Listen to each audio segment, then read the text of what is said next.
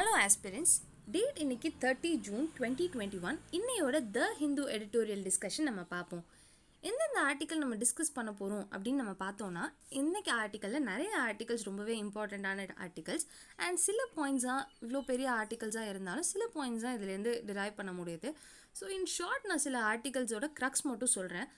And criminalisation, அதாவது டெரரிசமை define பண்ணணும், அதுக்கான அவசியம் ரொம்பவே இருக்குது அப்படின்ற ஆர்டிக்கலும் அண்ட் ட்ரோன்ஸ் கண்ட்ரோல் பற்றின ஆர்டிக்கலும் நம்ம டீட்டெயில்டாக பார்ப்போம். ஃபர்ஸ்ட் ஆர்டிக்கல் ஆன்டி டார்ச்சர் பற்றின ஒரு ஆர்டிக்கல். ஆன்டி டார்ச்சர் அப்படின்னா செக்யூரிட்டி ஃபோர்ஸ் உண்மையை வாங்குறதுக்காக டார்ச்சர் யூஸ் பண்ணாமல் வேறு விதமான டெக்னிக்ஸ் யூஸ் பண்ணணும் அப்படின்றது தான் இந்த ஆர்டிக்கலோட மேஜர் கன்சர்ன்.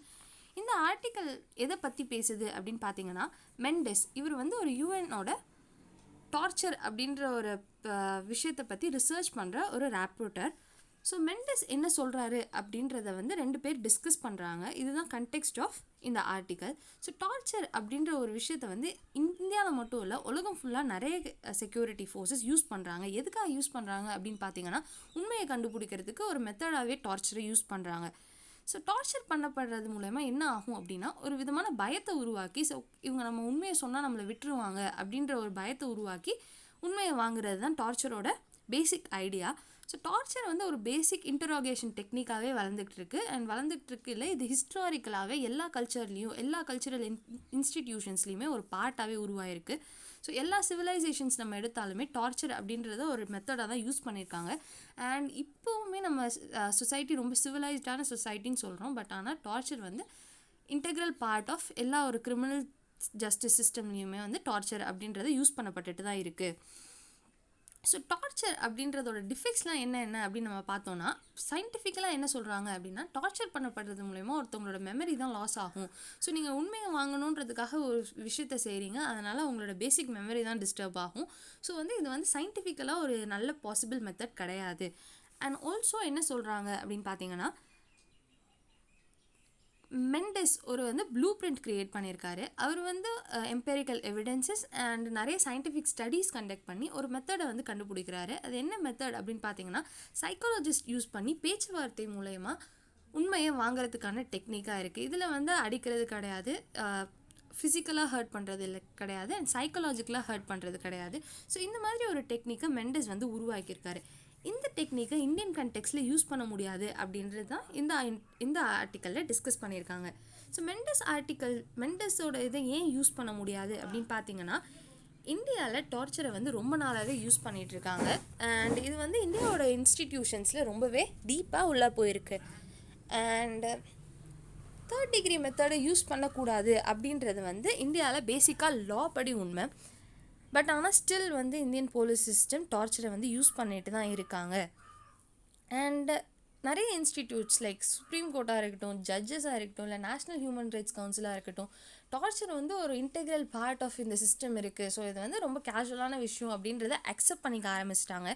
அண்ட் நிறைய ஃபிலிம்ஸில் கூட நம்ம பார்ப்போம், இதை வந்து டார்ச்சரை வந்து போலீஸ் ரொம்ப அதிகமாகவே யூஸ் பண்ணிட்டு தான் இருக்காங்க. அண்ட் மூவிஸ் மட்டும் இல்லாமல் ரியல் லைஃப்லேயுமே நிறைய இந்த மாதிரியான இன்சிடென்ட்ஸ் நடந்துகிட்டு தான் இருக்குது. ஸோ செக்யூரிட்டி பர்சனல்ஸ் எதுக்கு வந்து டார்ச்சரை யூஸ் பண்ணுறாங்க அப்படின்ற ஒரு சைக்கலாஜிக்கல் ஆன்சர்ஸ் கொடுக்கும்போது என்ன சொல்கிறாங்க அப்படின்னு பார்த்தீங்கன்னா, டார்ச்சர் வந்து ரொம்பவே எஃபெக்டிவான டூலாக இருக்குது. டார்ச்சர் யூஸ் பண்ணும்போது உண்மைகள் சீக்கிரமாக வெளியில் வருது. ஸோ இதனால் யூஸ் பண்ணுறோம் அப்படின்னு சொல்கிறாங்க. Officer shortage, resource shortage and political pressures and over burden, இந்த மாதிரியான ரீசன்ஸ்லாம் சைட் பண்ணி டார்ச்சர் நாங்கள் யூஸ் பண்ணுறது வந்து ஜஸ்டிஃபை பண்ணிக்கிறாங்க. பட் ஆனால் லா அக்கார்டிங் டு இந்தியன் லாவில் என்ன இருக்குது அப்படின்னு பார்த்தீங்கன்னா, போலீஸ் முன்னாடி நீங்கள் ஒரு எவிடன்ஸ் கொடுத்தீங்கன்னா அந்த எவிடன்ஸை வந்து அக்செப்ட் பண்ணிக்க மாட்டாங்க ஜுடிஷியரியில். ஸோ இந்த சேஃப்கார்டு எதுக்கு கொடுத்துருக்காங்க அப்படின்னு பார்த்தீங்கன்னா, டார்ச்சர் பண்ணக்கூடாது அப்படின்றதுக்காக தான் இந்த சேஃப்கார்டு கொடுத்துருக்காங்க. பட் இதுலேயுமே ஒரு சின்ன லூப் ஹோல் இருக்குது. ஏதாவது ஒரு ஆப்ஜெக்ட் நம்ம ரெக்கவரி பண்ணணும், ஏதாவது ஒரு திருடன் பிடிப்பட்டிருக்கான் அண்ட் அந்த திருடன் வந்து இந்த ஆப்ஜெக்ட் நான் இங்கே தான் வச்சுருக்கேன் அப்படின்னு ஒரு எவிடன்ஸ் கொடுத்தான் அப்படின்னா அது வந்து அக்செப்ட் பண்ணிக்கப்படுவாங்க. ஸோ இந்த மாதிரியான லூப் ஹோலை யூஸ் பண்ணி தான் டார்ச்சரை வந்து போலீஸ் இன்ஸ்டிடியூஷன்ஸ் இன்ன வரைக்கும் யூஸ் பண்ணிகிட்ருக்காங்க. ஸோ டார்ச்சரை ப்ரிவெண்ட் பண்ணுறது அப்படின்றத வந்து இந்தியா வந்து ஃபெயில் ஆகிடுச்சு அப்படின்னு சொல்கிறாங்க. அண்ட் ரீசெண்டாக வந்து டெவலப்மெண்ட்ஸ் லைக் லைட் டிடெக்ஷன் சிஸ்டமாக இருக்கட்டும், இல்லை நார்கோ அனாலிசிஸாக இருக்கட்டும், இதெல்லாம் வந்து ஃபிசிக்கல் அப்யூசஸை தாண்டி சைக்கலாஜிக்கலாக எஃபெக்ட் பண்ணுறது ப்ரிசனர்ஸு அண்ட் அண்டர் ட்ரையல் பர்சன்ஸு அப்படின்னு சொல்லி இந்த ஆர்டிக்கலை முடிக்கிறாரு. அண்ட் ஆல்சோ இந்த மெண்டஸோட டெக்னிக்கை வந்து இந்தியா யூஸ் பண்ணுறதுக்கு ரொம்ப நாள் ஆகும் அண்ட் இது வந்து நியர் ஃப்யூச்சரில் பாசிபிள் கிடையாது அப்படின்னு சொல்லி ஆர்டிக்கலை முடிக்கிறாங்க. ஆர்டிக்கல் நரசிம்ம ராவ் பற்றின ஒரு ஆர்டிக்கல். நரசிம்ம ராவ் வந்து 1991 இந்தியாவோட பிரைம் மினிஸ்டராக இருந்தார். ராஜீவ்காந்தி அசாசினேட் பண்ணதுக்கு அப்புறம் யார் வந்து பிரசிடெண்ட்டாக இருக்கணுன்றது தெரியாமல், சரி ஓகே நரசிம்ம ராவ் நம்ம இந்தியன் பிரைம் மினிஸ்டராக இருக்கட்டும் அப்படின்னு சொல்லிட்டு நரசிம்ம ராவை அப்பாயிண்ட் பண்ணாங்க. அண்ட் இவர் வந்து இதனால் accidental prime minister PV Narasimha ராவ்னு சொல்லுவாங்க. ஸோ 1991 இந்த ஆர்டிக்கிளோட கன்சர்ன் என்ன அப்படின்னு பார்த்தீங்கன்னா, இவரோட டிப்ளமேசி, இவர் வந்து ஃபாரின் ரிலேஷன்ஸை எப்படி ஹேண்டில் பண்ணார், இதிலேருந்து நம்ம என்ன கற்றுக்கலாம் அப்படின்றத பற்றின ஒரு சின்ன க்ரக்ஸ் கொடுத்துருக்காங்க. ஸோ 1991 வந்து பேசிக்காக இந்தியா வந்து எக்கனாமிக் க்ரைசிஸில் இருந்துச்சு. நம்ம எல்பிஜி ரிஃபார்ம்ஸ் கொண்டு வந்தோம், எக்கனாமிக் ரிஃபார்ம்ஸ் கொண்டு வந்தோம். ஸோ இதை ஹேண்டில் பண்ணதாக இருக்கட்டும், இல்லை ஃபாரின் ரிலேஷன்ஷிப்பை டிசைன் பண்ணதாக இருக்கட்டும், இதில் வந்து பிவி நரசிம்மராவோட பார்ட் வந்து ரொம்பவே அதிகம்னு சொல்கிறாங்க. அப்படி என்ன பண்ணார் அப்படின்னு பார்த்தீங்கன்னா, 1991 இவர் ஜெர்மனி விசிட் பண்ணார். ஓகே, ஜெர்மனின்ற ஒரு கண்ட்ரி வந்து யூரோப் அப்படின்றத ரெப்ரசன்ட் பண்ணி ஜெர்மனியை விசிட் பண்ணார். அண்ட் ஜெர்மனியில் சுச்சுவேஷன் என்ன அப்படின்னு பார்த்தீங்கன்னா, அங்கே ஹெல்மட் கோல் அப்படின்றவங்க சான்சலராக இருந்தாங்க. அதுவுமே ஒரு கோல்ட் ஏரா முடிஞ்சு யூனிஃபிகேஷன் முடிஞ்சு ஒரு ப்ராசஸ், ஒரு கண்ட்ரி அப்படின்ற ப்ராசஸை ஸ்டார்ட் பண்ணுற ஒரு டைமாக இருந்துச்சு. அண்ட் அப்போ வந்து டாக் ஃபெஸ்ட் அப்படின்ற ஒரு ஃபெஸ்ட் கண்டக்ட் பண்ணாங்க. ஒரு 2 கண்ட்ரிக்கு இடையே இருக்கிற ரிலேஷன்ஷிப் ஒரு ஸ்ட்ராங் ஹோல்டை வந்து அங்கே தான் ஸ்டார்ட் பண்ணிச்சு. அண்ட் 1992 இந்தியாவிலேருந்து ஒரு கமிட்டி வந்து ஜெர்மனிக்கு போனாங்க. ஸோ ஃப்யூச்சர் ரிலேஷன்ஷிப்பை டிஃபைன் பண்ணுற மாதிரி ஒரு மீட்டிங் ஆர்கனைஸ் ஆச்சு. அண்ட் 1993 சான்சலர் இந்தியாவை விசிட் பண்ணாங்க. சான்சலர் கோல் அவங்க வந்து இந்தியாவுக்கு வந்தாங்க. அண்ட் இப்படி வந்து மாறி மாறி ஒரு 3 இயர்ஸாக ஒரு டிப்ளமேட்டிக் விசிட்ஸால் என்ன கிரியேட் ஆச்சு அப்படின்னு பார்த்தீங்கன்னா, கோல் அப்படின்றவங்க வந்து ஒரு ஏஷியா பாலிசி ஆஃப் ஜெர்மனை வந்து டிசைன் பண்ணாங்க. ஏஷியன் பாலிசியில் என்ன இருந்துச்சு அப்படின்னு பார்த்தீங்கன்னா, சைனா, ஜப்பான் அண்ட் இந்தியாவை ஜெர்மனியோட ஒரு ஸ்ட்ராட்டஜிக் பார்ட்னர்ஸாக வந்து இன்ட்ரடியூஸ் பண்ணாங்க. அண்ட் ஏஷியா பாலிசி அப்படின்ற ஒரு பாலிசி டிசைன் பண்ண முக்கியமான காரணமாக இருந்தது நரசிம்ம ராவ். அவரோட ஃபாரின் பாலிசியில் ஒரு சின்ன புது விதமான இனிஷியேட்டிவை அவர் இன்ட்ரடியூஸ் பண்ணார். அது என்ன பாலிசி அப்படின்னு நம்ம பார்த்தோன்னா, யூஸ்வலாக ஃபாரின் டெலிகேட்ஸ் மீட் பண்ணாங்க அப்படின்னா பொலிட்டிக்கல் டெலிகேட்ஸாக மீட் பண்ணுவாங்க, மினிஸ்டர்ஸ் மீட் பண்ணுவாங்க, 2 கண்ட்ரீஸோட மினிஸ்டர்ஸ் மீட் பண்ணுவாங்க. பட் ஆனால் இவர் என்ன ஸ்டார்ட் பண்ணி வச்சாரு அப்படின்னு பார்த்தீங்கன்னா, எக்கனாமிக் பார்ட்டிசிபென்ட்ஸ் லைக் ஒரு இண்டஸ்ட்ரியை ரெப்ரசென்ட் பண்ணுற பாடிஸையும் கூட கூட்டிகிட்டு போனார். அண்ட் அங்கேருந்து யாராவது ஃபாரின் டெலிகேட்ஸ் நம்ம ஊருக்கு வந்தாங்கன்னா இண்டஸ்ட்ரியல் பாடிஸையும் சேர்த்து மீட்டிங்கில் ஆர்கனைஸ் பண்ணார். ஸோ இப்படி மீட் பண்ணுறது மூலமா ஒரு ஃபாரின் ரிலேஷன்ஷிப்பை பொலிட்டிக்கலாக மட்டும் இல்லாமல் எக்கனாமிக்கலாகவும் ட்ரைவ் பண்ணணும் அப்படின்ற ஒரு ப்ராடான விஷனை நமக்காக நரசிம்ம ராவ் கொடுத்துட்டு போயிருக்காரு அப்படின்னு சொல்லிட்டு இந்த ஆர்டிக்கல் சொல்கிறாங்க.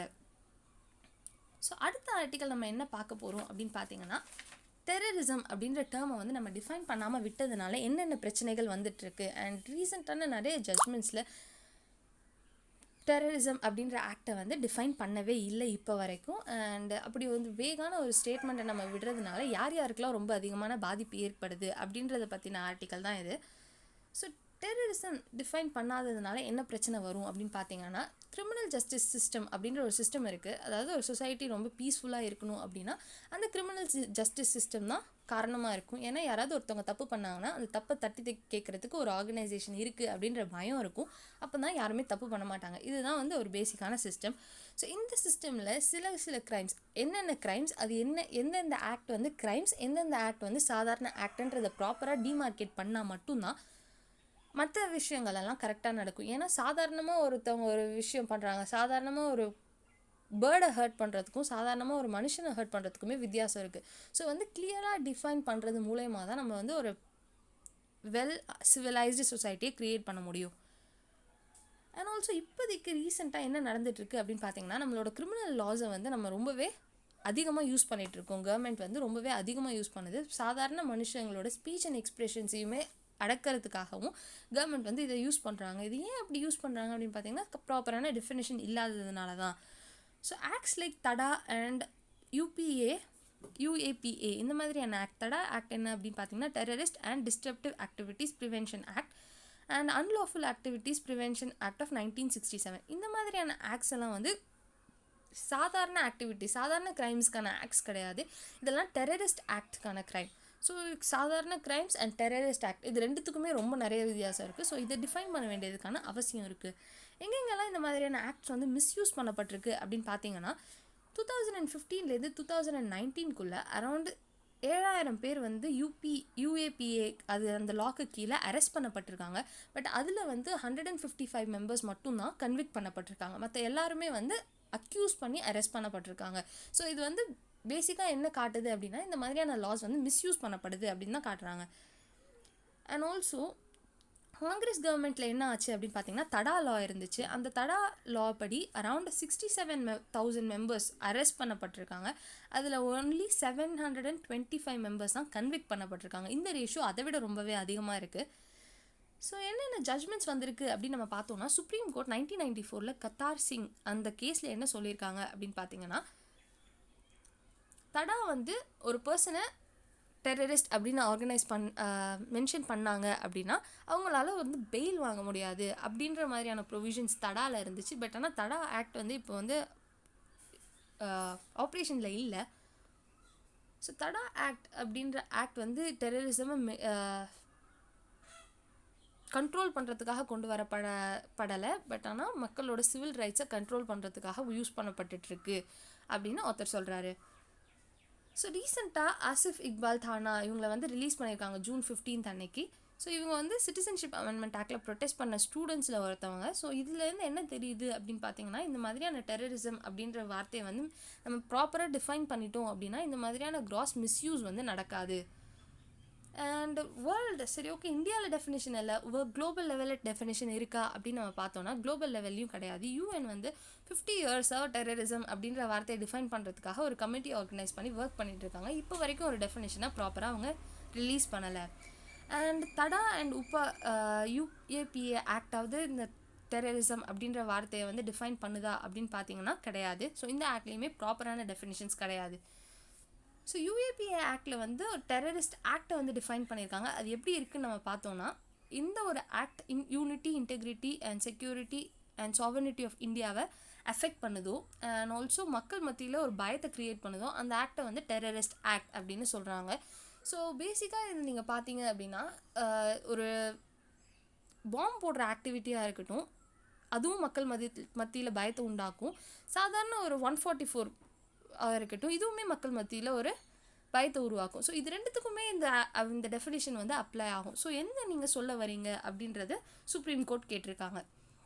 அண்ட் ஃபர்தர் யூஏபிஏ என்ன சொல்லுது அப்படின்னு பார்த்தீங்கன்னா using of bombs dynamites and explosive substances or inflammable substances or weapon and poisonous or noxious gas. So இந்த மாதிரியான ஆப்ஜெக்ட்ஸ்லாம் யூஸ் பண்ணாலுமே அது வந்து ஒரு டெரரிஸ்ட் ஆக்ட் தான் அப்படின்னு சொல்லுது. பட் ஃபர்தர் ஆத்தர் என்ன சொல்கிறாரு அப்படின்னு பார்த்தீங்கன்னா சிட்டிசன்ஷிப் அமெண்ட்மெண்ட் ஆக்டை எதிர்த்து ப்ரொடெஸ்ட் பண்ண ஸ்டூடெண்ட்ஸ் யாருமே இந்த மாதிரியான எந்த ஆக்டிவிட்டீஸுமே பண்ணலை. ஸோ எப்படி நீங்கள் வந்து யூஏபிஏ கேஸில் நீங்கள் வந்து இவங்களை புக் பண்ணலாம் அப்படின்னு கேட்டிருக்காரு. அண்ட் ஆல்சோ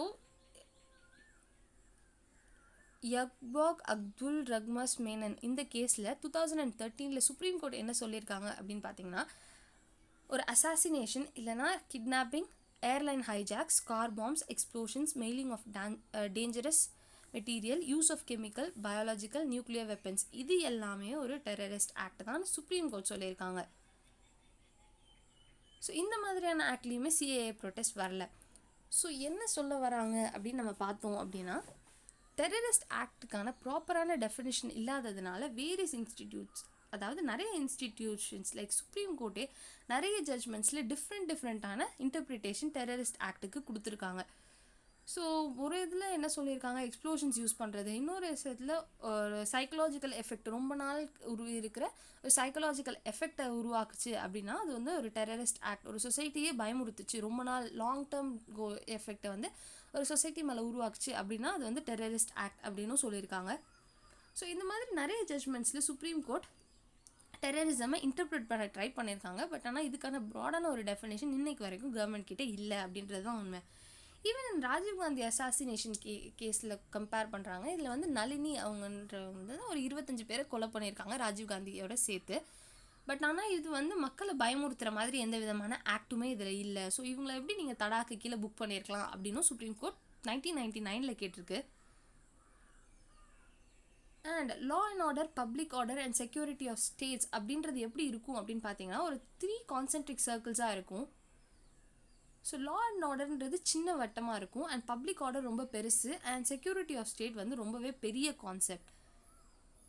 ஸோ இதில் என்ன சொல்ல வராங்க அப்படின்னா இந்த ஒரு ஆக்டுமே ஓவர்லேப்பிங், பட் ஆனால் ரொம்பவே மைன்யூட்டான டிஃப்ரென்ஸ் ஒன்றுத்துக்குமே இருக்குது. ஸோ இதை வந்து நீங்கள் ப்ராப்பராக ஒன்ஸ் டிஃபைன் பண்ணிட்டீங்க அப்படின்னா ஃபர்தர் கன்ஃபியூஷன்ஸ் வராது அப்படின்னு சொல்லி முடிக்கிறாங்க. ஸோ இதுக்கு மேலே ஃபர்தர் என்ன பண்ணணும், நம்ம மேலே என்ன பண்ணுறதுக்கான பாசிபிலிட்டிஸ் இருக்குது அப்படின்னு பார்த்தீங்கன்னா, ரேஷ்னலைஸ் பண்ணணும். இந்த மாதிரியான டெரரிஸ்ட் ஆக்டை வந்து ப்ரிவெண்ட் பண்ணுறதுக்காக கவர்மெண்ட் கொண்டு வந்த ஆக்டெல்லாம் வந்து ரேஷ்னலைஸ் பண்ணணும். யார் வந்து உண்மையான குற்றவாளி, யார் வந்து மக்களுக்காக போராடுறாங்க அப்படின்றத வந்து டிஃப்ரென்ஷியேட் பண்ணணும்.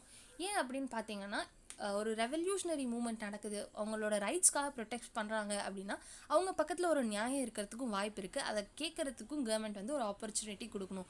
இல்லைனா ஒரு டைரனி தான் க்ரியேட் ஆகும் அண்ட் ஆட்டோக்ராட்டிக் சொசைட்டி உருவாகிறதுக்கான வாய்ப்பும் அதிகமாக இருக்குது. ஸோ அடுத்த ஆர்டிக்கல் ஜம்மு அண்ட் காஷ்மீரில் ட்ரோன் அட்டாக் பற்றின ஆர்டிகல்ஸ். ட்ரோன் அட்டாக்ஸ் வந்து இப்போ ரீசெண்டாக கொஞ்சம் நிறையவே நடந்துகிட்ருக்கு. ஸோ 27-28 இந்தியன் ஏர்ஃபோர்ஸ் பேஸை வந்து அட்டாக் பண்ணியிருக்கு ஒரு 2 ட்ரோன்ஸ். யார் இதை அட்டாக் பண்ணாங்க அப்படின்றத நம்மளால் இது பண்ண முடியல. ஸோ UAV, அதாவது அன்மேண்ட் ஏரியல் வெஹிக்கிள்ஸ், ட்ரோன்ஸ்னு நம்ம சொல்லுவோம். இதை வந்து ரீசெண்டாக நிறைய பேர் யூஸ் பண்ணுறாங்க. சிவிலியன்ஸாகவும் இருக்கட்டும், இல்லைனா ஆர்மி பர்சனல்ஸாகவும் இருக்கட்டும், ரொம்ப அதிகமாக யூஸ் பண்ண ஆரம்பிச்சிட்டாங்க. அண்ட் நிறைய எக்ஸாம்பிள்ஸ் லைக் சிரியாவில் ரெபல்ஸுமே ட்ரோன் அட்டாக் பண்ணுறாங்க. ரஷ்யன் மிலிட்ரி பேஸை அட்டாக் பண்ணியிருக்காங்க 2018. அண்ட் 2019 ஹோத்தி ரெபல்ஸ் வந்து சவுதியில் ஆயில் இன்ஸ்டால்மெண்ட்ஸை அட்டாக் பண்ணியிருக்காங்க ட்ரோன்ஸ் யூஸ் பண்ணி. ஸோ வந்து இது வந்து ஒரு சீரியஸாக இவால்விங் கான்செப்டாக இருக்குது. அண்ட் ஆல்சோ இதுக்காகவே ஒரு பர்ஃபெக்டான லா வந்து இன்டர்நேஷ்னல் ஃபாரமில் கிடையாது. லைக் வாசனர் அரேஞ்ச்மெண்ட்டாக இருக்கட்டும், மிசைல் டெக்னாலஜி கண்ட்ரோல் ரெஜிம், இந்த மாதிரியான நிறைய ஆர்கனைசேஷன்ஸ் பர்டிகுலராக ஒரு விஷயத்தை, இப்போ மிசைல் டெக்னாலஜியை கண்ட்ரோல் பண்ணுறதுக்காக தான் MTCR கொண்டு வரப்பட்டது. இதே மாதிரி ஆஸ்திரேலியன் குரூப் வாசனர் அரேஞ்ச்மெண்ட்ஸ்லாம் கெமிக்கல் வெப்பன், பயோ வெப்பனை கண்ட்ரோல் பண்ணுறதுக்காக கொண்டு வரப்பட்டது. ஸோ இந்த மாதிரி ஒரு ஸ்பெசிஃபிக்கான லா ட்ரோன்ஸை கண்ட்ரோல் பண்ணுறதுக்காக கொண்டு வரணும். அது வந்து நீட் ஆஃப் த ஹவர். அப்போ தான் வந்து ஃப்யூச்சர் அட்டாக்ஸை நம்ம ப்ரிவெண்ட் பண்ண முடியும் அப்படின்னு சொல்கிறாங்க. And also evolving concepts like cyber செக்யூரிட்டியாக இருக்கட்டும், இல்லை ஆர்டிஃபிஷியல் இன்டெலிஜென்ஸ் யூஸ் பண்ணி அட்டாக் பண்ணுறதா இருக்கட்டும். முன்னாடிலாம் ஹியூமன் பாம்ஸ் யூஸ் பண்ணிட்டு இருந்தாங்க, பட் ஆனால் இப்போலாம் ரோபோட்ஸை பாம்ஸாக யூஸ் பண்ணுற டெக்னாலஜிஸ் வரைக்கும் வந்துடுச்சு. ஸோ இதுக்கேற்ற மாதிரி இவால்விங் லா வந்து நம்ம க்ரியேட் பண்ணணும் அப்படின்றத சொல்கிறாங்க. ஸோ இதுதான் இந்த ஆர்டிக்கிளோட major concern. So international cooperation and development, இந்த மாதிரியான டெவலப்பிங் டெக்னாலஜிஸ் உருவாகிறத வந்து தடுக்கிறதுக்கு இன்டர்நேஷ்னல் கோஆப்ரேஷன்ஸ் ரொம்பவே இம்பார்ட்டன்ட்னு சொல்லி ஆர்டிக்கல் முடிக்கிறாரு. இன்றைக்கி இந்த எடிட்டோரியல்ஸில் இதுதான் இம்பார்ட்டண்ட்டான ஆர்டிகல்ஸ். நாளைக்கு எடிட்டோரியலில் நம்ம மீட் பண்ணுவோம். தேங்க்யூ.